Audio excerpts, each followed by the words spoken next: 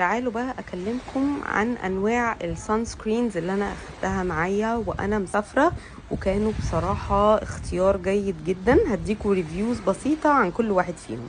سان سبراي بايو سوفت حبيته جدا لان هو فيري ووتر ريزيستنت، لان هو القوام بتاعه زي الزيت، فاساسي بصراحه للاولاد.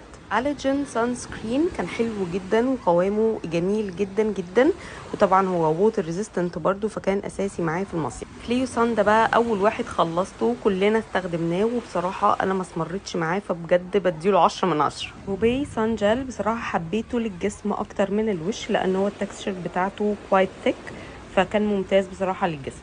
افن فلويد كان اكتر من روعه، يعني اي ريديسكفرد السان سكرين ده بجد يا جماعه ممتاز. ديرما بوند فيزيكال سان سكرين حلو جدا جدا في حمايته من الشمس، واحسن حاجه ان هو ما فيهوش داون تايم ان انت تستني قبل ما تنزلي. وطبعا بقى دول ماي فيفورت، الشاكا فلويد من لاروش بوزي، وكمان السبراي للتجديد. حاجه في منتهى الروعه، بتبقي مطمنه جدا وانت بتواجهي الشمس، مفيش اسمرار الحمد لله. قوامهم جميل جدا، very water resistant. قولوا لي بقى جربتي ايه من دول؟